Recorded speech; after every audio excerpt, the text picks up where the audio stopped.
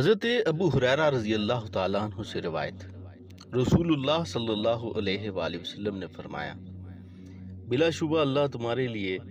تین چیزیں پسند کرتا ہے اور تین ناپسند کرتا ہے۔ وہ تمہارے لیے پسند کرتا ہے کہ تم اس کی عبادت کرو اور اس کے ساتھ کسی کو شریک نہ کرو، اور سب مل کر اللہ کی رسی کو مضبوطی سے تھام لو اور فرقوں میں نہ بٹو، اور تمہارے لیے کیل و کال، فضول باتوں،